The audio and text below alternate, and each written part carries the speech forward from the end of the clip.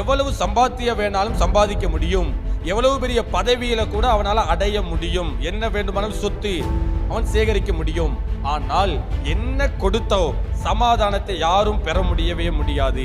இயேசுவை பற்றி சொல்லுகிறோம், ரட்சிப்பை பற்றி சொல்லுகிறோம், கிறிஸ்துவை பற்றி சொல்லுகிறோம். அதே நேரத்தில் சமாதானத்தை குறித்த செய்தியையும் நாம் சொல்ல வேண்டும். இந்த சமாதான சுவிசேஷத்துக்கு ரகசியம் என்ன? ஏன் இந்த சமாதானத்தை சுவிசேஷமாய் சொல்ல வேண்டும்? கடைசி காலத்தில் இருக்கிற நாம் சமாதானத்தை சொல்லி ஊழியம் செய்கிறது லேசான காரியம் கிடையாது. அப்போஸ்தலர்கள் இயேசு கிறிஸ்து தன்னுடைய ஊழியத்தில் சந்திக்காத பிரச்சனைகளை கூட நாம் இந்த நாட்களில் சந்திக்க வேண்டியிருக்கிறது.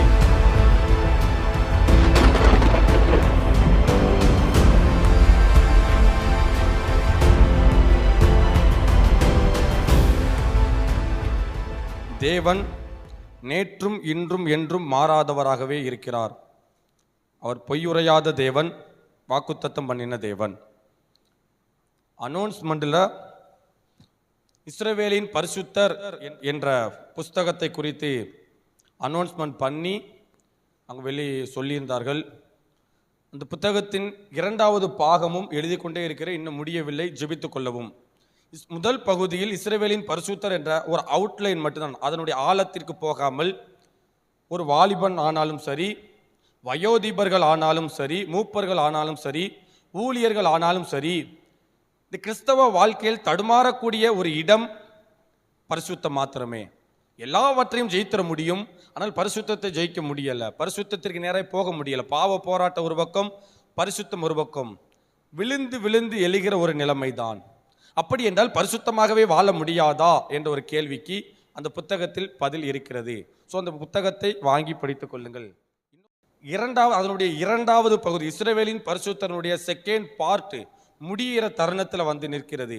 அதற்கு பொல்லாங்கனை ஜெயிக்கும் வாலிபன். பொல்லாங்கன் எவ்வளவு இந்த கடைசி காலத்தில் எவ்வளவு நுண்ணறிவோடு பாவத்தை மனிதர்களுக்குள்ளே விதைக்கிறான், நம்மளை அறியாமலே எப்படி பாவத்தில் விழுகிறோம், அந்த பொல்லாங்கனை எப்படி ஜெயிப்பது என்ற காரியத்தையும் 2வது புத்தகத்தில் எழுதி கொண்டே இருக்கிறது. அதற்காகவும் ஜெபித்துக் கொள்ளுங்கள். இன்னொரு புத்தகத்தையும் கர்த்தர் எழுத சொல்லி இருக்கிறார். தேவனுடைய வீட்டில் பிசாசின் சிங்காசனம். தேவனுடைய வீட்டில் பிசாசின் சிங்காசனம். இது திருச்சபைகளுக்கென்று கர்த்தர் பிரத்யேகமாக எழுத சொன்னதினால் அதை தியானித்து எழுதி கொண்டே வருகிறேன். சீக்கிரத்தில் அதையும் எழுதி முடிக்கப்படும்.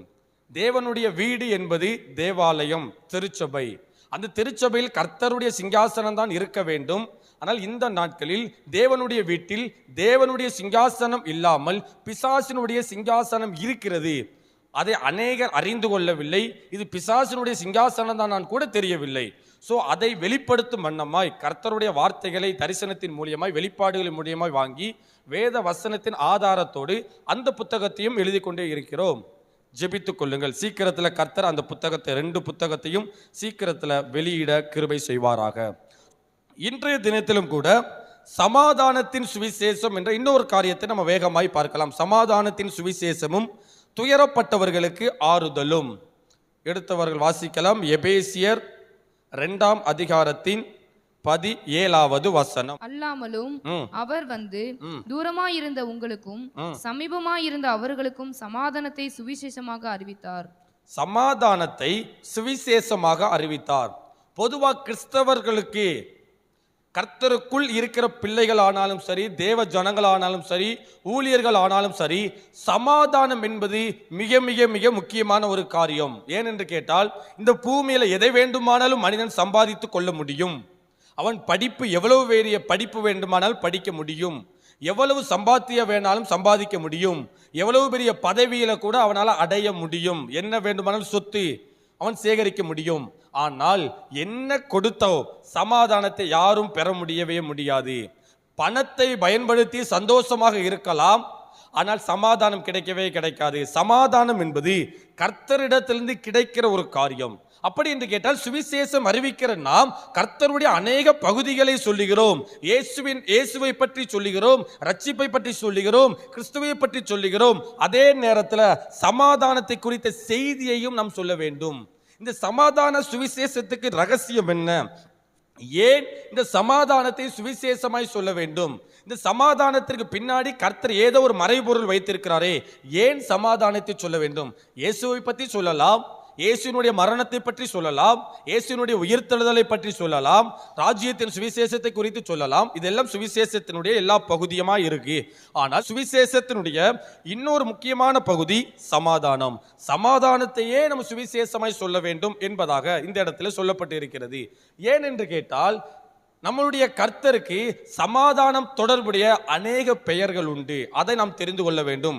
இன்றைக்கும் கூட சில வசனங்களை வாசித்து பிற்பாடு இந்த சமாதானத்தின் சுவிசேஷம் கடைசி காலத்தில் ஏன் அவசியம்? பழைய ஏற்பாட்டு காலத்திலும் சமாதானத்தை கூறியிருக்கிறார்கள், புதிய ஏற்பாட்டு காலத்திலும் சமாதானத்தை சுவிசேஷமாய் கூறியிருக்கிறார்கள். இந்த கடைசி காலத்துக்கும் இந்த சமாதான சுவிசேஷத்திற்கும் என்ன சம்பந்தம் என்பதை கடைசியாக நம்ம பார்க்கலாம். முதலாவது, சமாதானத்திற்கும் நம்முடைய கர்த்தருக்கும் என்ன சம்பந்தம்? காரணம், முதலாவது, நம்மளுடைய கர்த்தர் அவர் சமாதானத்திற்கு கர்த்தர். அவர் கலகத்திற்கு கர்த்தராய் இராமல், அவர் சண்டைக்கு கர்த்தராய் இராமல், அவர் சமாதானத்திற்கு கர்த்தராய் இருக்கிறார். எனவே சமாதானத்தின் சுவிசேஷத்தை அறிவிக்க வேண்டும். ரோமர் 15ஆம் அதிகாரத்தின் 33வது வசனம். சமாதானத்தின் தேவன் உங்கள் அனைவரோடும் கூட இருப்பாராக. சமாதானத்தின் தேவன், இந்த இடத்துல ரோமர் நிருபத்திற்கு எழுதும் போது அவர் சமாதானத்தின் தேவன் என்பதாக ஒரு வார்த்தை சொல்லப்படுகிறது. இன்னொரு இடத்துல அவர் சமாதான கர்த்தர் என்பதாக ஆதியாகமம் 49ஆம் அதிகாரத்தின் 10வது வசனம். சமாதான கர்த்தர் வருமளவும் செங்கோல் யூதாவை விட்டு நீங்குவதும் இல்லை. சமாதான கர்த்தர் வருமளவும் யூதா செங்கோல் யூதாவை விட்டு விலகுவதில்லை, நீங்குவதில்லை என்பதாக அந்த இடத்துல சொல்லப்பட்டு இருக்கிறது. ஏசாயா தீர்க்கதரிசி இயேசுவினுடைய பிறப்பை குறித்து முன்னறிவிக்கும் போது தன்னுடைய 9ஆம் அதிகாரம் 6வது வசனத்தில், ஏசாயா தீர்க்கதரிசியின் புஸ்தகம் 9ஆம் அதிகாரத்தின் 6வது வசனத்தில், அவர் ஒரு சமாதான பிரபு, அவருக்கு அநேக நாமங்கள் சொல்லப்பட்ட போது அவர் சமாதான பிரபு என்ற வார்த்தை சொல்லப்பட்டு இருக்கிறது. இன்னொரு இடத்திலே கூட அவர் சமாதானத்திற்கு காரணர். எபேசியர் 2ஆம் அதிகாரத்தின் 14வது வசனம். எப்படியெனில் அவரே நம்முடைய சமாதான காரணராகி இருதிரத்தாரையும் ஒன்றாக்கி பகையாக நின்ற பிரிவினையாகிய நடுச்சுவரை தகர்த்து. அவர்தான் சமாதானத்திற்கு காரணர். ஏன் என்று கேட்டால், ஏதோ ஒரு விஷயம் செய்தால் இந்த கட்டிடம் கட்டுவதற்கு யார் காரணம் என்பதாக சொல்லுவார்கள். ஒரு கம்பெனி ஸ்டார்ட் பண்ணிட்டு இந்த கம்பெனி ஸ்டார்ட் பண்ண யார் காரணம் என்பதாக சொல்லுவார்கள். ஒரு ஜெபக்குழுவை ஸ்டார்ட் பண்ணியாச்சு, இந்த ஜெபக்குழு ஸ்டார்ட் பண்ணதற்கு யார் காரணம்? இப்படி ஏதோ ஒரு காரியம் துவங்கி நடைபெறுவதற்கு ஒரு ஆள் காரணமாக இருப்பார்கள். அந்த மாதிரி சமாதானத்திற்கு காரணர் நம்மளுடைய கர்த்தர் தாமே. இதையும் தாண்டி இன்னொரு விஷயம் இருக்கிறது. சமாதானத்திற்கும் சிலுவைக்கும் என்ன சம்பந்தம்? சமாதானத்தை உண்டு பண்ணக்கூடிய ஆக்கினை கர்த்தர் மேலேயே வந்திருக்கிறது. ஏசாயா தீர்க்கதரிசியின் புஸ்தகம் 53ஆம் அதிகாரத்தின் 5வது வசனம். நம்முடைய மீறுதல்களின் நிமித்தம் அவர் காயப்பட்டு நம்முடைய அக்கிரமங்களின் நிமித்தம் அவர் நொறுக்கப்பட்டார். நமக்கு சமாதானத்தை உண்டு பண்ணும் ஆக்கினை அவர் மேல் வந்தது, அவருடைய தழும்புகளால் குணமாகிறோம். போதும். இந்த 5 வசனங்களை நாம வாசிக்கும் போது அவர் சமாதானத்தின் தேவன், அவர் சமாதான கர்த்தர், அவர் சமாதான பிரபு, அவர்தான் சமாதானத்திற்கு காரணர், அவர்தான் சமாதானத்தை உண்டு பண்ணக்கூடிய ஆக்கினை, அந்த தண்டனை அவர் மேலேயே வந்திருக்கிறது என்பதாக நம்மளால பார்க்க முடிகிறது. இந்த சமாதானத்தின் முக்கியத்துவம், அதனுடைய ரகசியம் மிக மிக மிக பெரியதா இருக்கிறது. ஏன் என்று கேட்டால், இந்த மனிதன் இந்த பூமியில நிம்மதியாய் வாழ வேண்டுமானால் பணம் இருக்கிறவன் நிம்மதியாய் வாழ முடியாது. அவனால் சுகபோகமாய் சுதந்திரமாய் வாழ முடியாது.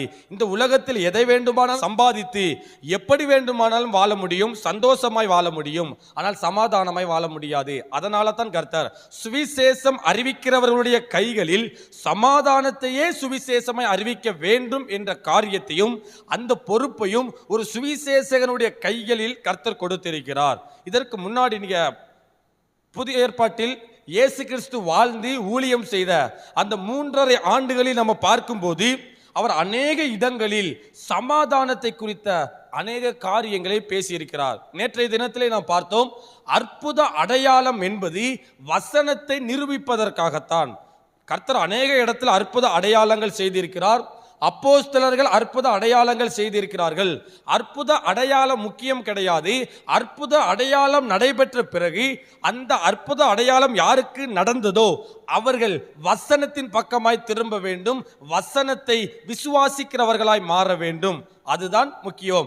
அற்புத அடையாளம் முக்கியம் கிடையாது. அற்புத அடையாளத்தின் நிமித்தம் வசனம் உறுதிப்படுவது முக்கியம். அந்த மாதிரி அற்புத அடையாளத்திற்கு பிறகு இந்த சமாதானம், அந்த அற்புத அடையாளம் யாருக்கு நடந்ததோ அவர்களுக்கு கிடைக்க வேண்டும். அதுதான் ரொம்ப ரொம்ப முக்கியம்.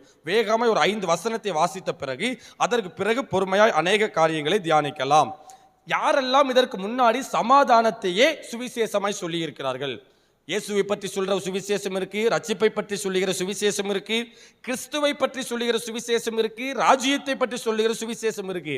ஆனால் நமக்கு முன்னாடியே பழைய ஏற்பாட்டு காலம் ஆனாலும் சரி, புதிய ஏற்பாட்டு காலம் ஆனாலும் சரி, சமாதானத்தையே சுவிசேஷமாய் சொல்லி இருக்கிற ஒரு 6 பேரை குறித்து அந்த வசனத்தை மாத்திரம் உங்களுக்கு கோட் பண்ணுகிறேன். ஏன் அதிகமாய் நம்ம வசனத்தை பார்க்கிறோம் என்று கேட்டால், இந்த தியானத்தை இந்த 7 நாட்கள் நம்ம கற்றுக்கொள்வது ஏதோ என்னோடு உங்களோடு முடிய போவது கிடையாது. கற்றுக்கொண்ட நீங்கள் அநேகருக்கு கற்றுக் கொடுக்க வேண்டும்.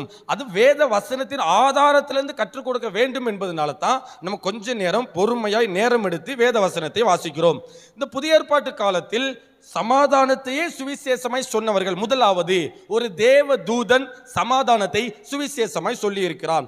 லூக்கா 2ஆம் அதிகாரத்தின் 14வது வசனம். உன்னதத்தில் இருக்கிற தேவனுக்கு மகிமையும் பூமியிலே சமாதானமும் மனுஷர் மேல் பிரியமும் உண்டாவதாக என்று சொல்லி தேவனை துதித்தார்கள். பூமியிலே சமாதானம் என்று சொல்லி இந்த வார்த்தை யார் சொல்லுகிறார்? இயேசு கிறிஸ்து பிறப்பதற்கு அந்த பிறக்கிற அந்த நேரத்தில் அவர் வளர்ந்து பெரியவராகி அவர் அபிஷேகம் பண்ணப்படுவதற்கு முன்னாடி என்றைக்கு அவர் பிறந்தாரோ ஒரு நற்செய்தி அங்க இருக்கக்கூடிய ஜனங்களுக்கு, அது மேய்ப்பர்களுக்கு ஆனாலும் சரி, அரண்மனையில் இருக்கிற ஏரோது அவர்களுடைய வேத சாஸ்திரிகளுக்கு, ஞான சாஸ்திரிகளுக்கு ஆனாலும் சரி, ஒரு நற்செய்தி அறிவிக்கப்பட வேண்டுமே. ஆனால் அந்த நற்செய்தியில் இருக்கிற ஒரு பகுதி பூமியிலே சமாதானம். இந்த சமாதானத்தை சுவிசேஷமாய் சொன்ன ஒரு நபர் யார் என்று கேட்டால் தேவதூதன் சொல்லி இருக்கிறார். 2வது நபர் இயேசு கிறிஸ்து. அவர் மரிப்பதற்கு முன்னாடி சமாதானத்தை சுவிசேஷமாய் சொல்லி இருக்கிறார். யோவான் 14ஆம் அதிகாரத்தின் 27வது வசனம். சமாதானத்தை உங்களுக்கு வைத்து போகிறேன், என்னுடைய சமாதானத்தையே உங்களுக்கு கொடுக்கிறேன். உலகம் கொடுக்கிற பிரகாரம் நான் உங்களுக்கு கொடுக்கிறதில்லை. உங்கள் இருதயம் கலங்காமலும் பயப்படாமலும் இருப்பதாக. இயேசு கிறிஸ்து தன்னுடைய வாயை திறந்து ஒரு முக்கியமான காரியத்தை சொல்லுகிறார். அதுதான் என்னுடைய சமாதானத்தையே உங்களுக்கு கொடுக்கிறேன் என்று சொல்லி. இயேசு கிறிஸ்து இந்த வார்த்தையை எப்ப சொல்லுகிறார் என்று கேட்டால், அவர் சிலுவை மரணத்திற்கு முன்பதாக தன்னுடைய ஊழியம் செய்து கொண்டிருக்கிற நாட்களில் இந்த வார்த்தையை உங்களுக்கு சமாதானம் என்ற காரியத்தை சொல்லுகிறார். இன்னொரு காரியம், அதே இயேசு கிறிஸ்து மரித்து உயிர்த்தெழுந்த பிறகு சீசர்களுக்கு தரிசனமாகும் போது மறுபடியும் ஒரு நற்செய்தியை இயேசுவே அவர்களுக்கு நற்செய்தி கொடுக்கிறார். அதுவும் ஒரு சமாதானத்தின் நற்செய்தி தான். யோவான் 20ஆம் அதிகாரத்தின் 26வது வசனம். மறுபடியும் 8 நாளைக்கு பின்பு அவருடைய சீஷர்கள் வீட்டுக்குள்ளே இருந்தார்கள். தோமாவும் அவர்களுடனே கூட இருந்தான். கதவுகள் பூட்டப்பட்டிருந்தது. அப்பொழுது இயேசு வந்து நடுவே நின்று உங்களுக்கு சமாதானம் என்றார். உங்களுக்கு சமாதானம். இயேசு கிறிஸ்து தன்னுடைய சிலுவை மரணத்துக்கு முன்பதாக சமாதானத்தின் சுவிசேஷத்தை சொல்லுகிறார். அவர் மரித்து உயிர்த்தெழுந்த பிறகு தம்முடைய சீசர்களுக்கு அவர் தரிசனமாகிறார். பூட்டின வீட்டுக்குள்ள நுழைந்து அவர் சொல்லுகிற முதல் வார்த்தை உங்களுக்கு சமாதானம். இயேசு கிறிஸ்து மரித்து உயிர்த்தெழுந்த பிறகு ஒரு நற்செய்தி சொல்லுகிறார். அது சமாதானத்தின் நற்செய்தி. இது மாத்திரமல்ல, அவருடைய ஊழியத்தின் பிரதானமான ஒரு பகுதியே சமாதானத்தின் சுவிசேஷம் தான். ஒரே ஒரு வசனத்தை சொல்லுகிறேன். லூக்கா 7ஆம் அதிகாரத்தின் 50வது வசனம். அவர் ஸ்திரீயை நோக்கி, உன் விசுவாசம் உன்னை ரட்சித்தது, சமாதானத்தோட போ என்றார். இயேசு கிறிஸ்து செய்த ஊழியத்தின் பெரும் பகுதி அற்புத அடையாளங்கள் செய்வார், மனதுருக்கத்தோடு ஜனங்களுடைய காயங்களை கட்டுவார், தேவைப்படுகிறவர்களுக்கு விடுதலையை கொடுப்பார், மரித்து போனவர்களை எல்லாம் உயிரோடு எழுப்புவார், இயற்கைக்கு அப்பாற்பட்ட காரியமெல்லாம் செய்வார். ஆனால் சிலரை பார்த்து, முக்கியமான சிலரை பார்த்து கர்த்தர் சொல்லுகிற வார்த்தை சமாதானத்தோடு போ. இந்த ஸ்திரியை மாத்திரம் கிடையாது, வேதத்தில் இன்னும் அநேக ஸ்திரிகளை பார்த்து உன் விசுவாசம் உன்னை ரட்சித்தது, சமாதானத்தோடு போ. அற்புதம் நடக்கிறது, அற்புதத்தை பெற்றுக்கொள்ளுகிறார்கள். அற்புதத்தை பெற்றுக்கொள்வது முக்கியம் என்றாலும் கூட அதற்கு பின்னாடி அற்புதத்தை பெற்றுக்கொண்டவர்களுக்கு சமாதானம் இருக்க வேண்டும். அநேக நேரத்தில் அற்புதம் நடக்கும், விடுதலை நடக்கும், சுகம் நடக்கும், என்ன அற்புதம் வேண்டுமானால் நடக்கும். அற்புதத்தை பெற்றுக்கொள்வார்களே ஒழிய சமாதானம் கிடைக்கவே கிடைக்காது. பிசாசு பிடித்த ஒரு மனிதனை கூட்டு வருவார்கள், அவனுக்கு விடுதலை கிடைக்கும், அவன் அப்படியே போய் விடுவான். அவன் சமாதானத்தோடு போவானா என்று கேட்டால் கிடையாது. அவனுக்கு 1000 பிரச்சனைகளில் ஒரு பிரச்சனையிலிருந்து விடுதலை ஆயிடுவான், ஒரு பிரச்சனை குறைக்கப்படும், மீதி 999 பிரச்சனையோடு அவன் ஊருக்குள்ளே போய் விடுவான். அவன் சமாதானத்தை இழந்தவனாகத்தான் சமுதாயத்துக்குள்ளே சுற்றி திரிவான். அதனால தான் கர்த்தர் அற்புத அடையாளங்கள் செய்யும் போது யாரெல்லாம் விசுவாசத்தில் உறுதியாய் இருக்கிறார்களோ அவர்களை பார்த்து உங்களுக்கு சமாதானத்தோடு போ என்ற வார்த்தையை இயேசு கிறிஸ்து ஊழியம் செய்யும் போது அந்த காரியத்தை செய்திருக்கிறார். இது மட்டும்தான் கர்த்தர் சமாதானத்தை குறித்து பேசியிருக்கிறாரா என்று கேட்டால், தம்முடைய சீசர்களுக்கு அநேக காரியங்களை கற்றுக் கொடுக்கும் போது சமாதானத்தையே ஊழியமாய் செய்ய வேண்டும், அது முக்கியமான பகுதி என்பதையும் இயேசு கிறிஸ்து சொல்லி இருக்கிறார். லூக்கா 10ஆம் அதிகாரத்தின் 5வது வசனம். ஒரு வீட்டில் பிரவேசிக்கிற போது இந்த வீட்டுக்கு சமாதானம் உண்டாவதாக வென்று முதலாவது சொல்லுங்கள். போதும். சீசர்களுக்கு 3.5 ஆண்டுகள் இயேசு கிறிஸ்து ஊழிய பயிற்சி கொடுக்க ஆரம்பிக்கிறார். எப்படி ஊழியம் செய்ய வேண்டும், அவர்களுக்கு அதிகாரங்கள், அநேக வெளிப்பாடுகள், உவமைகள், பரலோகத்திற்குரிய ரகசியங்கள், எல்லா காரியத்தையுமே சொல்லிக் கொடுக்கும் போது அவர்களை ஊழியத்திற்கு ட்ரைன் பண்ணுகிறார், பயிற்சி கொடுக்கிறார். அதில் அவர் சொல்லும்போது, ஒரு வீட்டுக்குள்ள போகும்போது முதலாவது நீங்க அங்க போய் சொல்லும்போது உங்களுக்கு சமாதானம் என்று சொல்லுங்கள், சமாதான வாழ்த்துதல் சொல்லுங்கள் என்று சொல்லி இயேசு கிறிஸ்து தன்னுடைய சீசர்களுக்கு ஊழிய பயிற்சி கொடுக்கும் போது சமாதானத்தை முதலாவது சுவிசேஷமாய் சொல்லுங்கள் என்ற காரியத்தை சொல்லுகிறார். இதையும் தாண்டி அப்போஸ்தலர்கள் தன்னுடைய நிருபங்களில் சபைக்கு எழுதும்போது சமாதானம் உண்டாக கடவது, உங்களுக்கு சமாதானம் என்பதாக பவுலானாலும் சரி, பேதுருவானாலும் சரி, தன்னுடைய நிருபத்தில் எழுதும்போது, சபைக்கு எழுதும்போது உங்களுக்கு சமாதானம் என்பதாகவே சொல்லியிருக்கிறார். இந்த மாதிரி ஏதோ சமாதானத்தின் சுவிசேஷம் என்பது நம்மளுடைய காலகட்டத்தில் தான் ஏதோ நாம் புதுசா அறிவிக்கிறோம் என்பது கிடையாது. இயேசுவானவரும் சரி, அப்போஸ்தலர்களும் சீசர்களும் இந்த சமாதான சுவிசேஷத்தை ஒரு பகுதியாகவே வைத்திருந்திருக்கிறார்கள். அற்புத அடையாளங்கள் ஒரு பக்கம் செய்கிற விடுதலையின் ஊழியம் ஒரு பக்கம் இருந்தாலும், காயம் கட்டக்கூடிய ஊழியம் ஒரு பக்கம் இருந்தாலும், கட்டுண்டவர்களை கட்டவிழ்க்கிற ஊழியம் ஒரு பக்கம் இருந்தாலும், சமாதானம் இல்லாத ஜனங்களுக்கு சமாதானத்தை சொல்லக்கூடி, அவங்களுக்கு சமாதானத்தை சொல்லி அவர்கள் சமாதானமான பாதையில கூட்டி வரக்கூடிய, கொண்டு செல்லக்கூடிய அந்த சுவிசேஷத்தையும் இயேசுவும் செய்திருக்கிறார், சீசர்களும் செய்திருக்கிறார். அப்போஸ்தலர்கள் தங்களுடைய நிருபங்களில் அதை வலியுறுத்தி எழுதியிருக்கிறார்கள். நாம் வாழ்ந்து கொண்டிருக்கக்கூடிய இந்த காலம், பழைய ஏற்பாடு புதிய ஏற்பாடு, இந்த 2 காலங்களை தாண்டி கடைசி காலத்தின் முடிவிலே நாம் வந்து நிற்கிறோம். 2 நாளைக்கு முன்னாடி நம்ம பார்த்தோம், யாருக்கு கடைசி காலம்? அது மனிதர்களுக்கோ, பரிசுத்தவான்களுக்கோ, சபைக்கோ, தேவ பிள்ளைகளுக்கோ, ஊழியர்களுக்கோ, கர்த்தருக்கோ கடைசி காலம் கிடையாது. கடைசி காலம் என்பது பிசாசுக்குத்தான் கடைசி காலம் என்பதாக பார்த்தோம். ஒருவனுக்கு பிசாசுக்குத்தான் கடைசி காலம் என்றால், பிசாசு எவ்வளவு கோபத்தோடு எழும்பி ஜனங்கள் மத்தியில் பொல்லாத காரியங்களை செய்வான் என்பது நாம் அறிந்ததுதான். அப்படி என்று கேட்டால், இந்த கடைசி காலத்தில் தான் ஜனங்கள் சமாதானத்தை தேடி அலைய ஆரம்பித்து விடுவார்கள். எல்லாம் இருக்கும், சமாதானம் மாத்திரம் இருக்காது. பணம் இருக்கும், சமாதானம் இல்லாதது நிமித்தம் தற்கொலை பண்ணிக் கொள்ளுவார்கள். பிரம்மாண்டமும் பிரபலமும் இருக்கும், சமாதானம் இருக்காது, தற்கொலை பண்ணிக் கொள்ளுவார்கள். சினிமா துறையில சூப்பர் ஸ்டார் என்ற லெவல் அளவிற்கு அவர்கள் உயர்ந்து சாதனை படைத்திருக்க கூடும், ஆனால் சமாதானம் இல்லாமல் தற்கொலை பண்ணி விடுவார்கள்.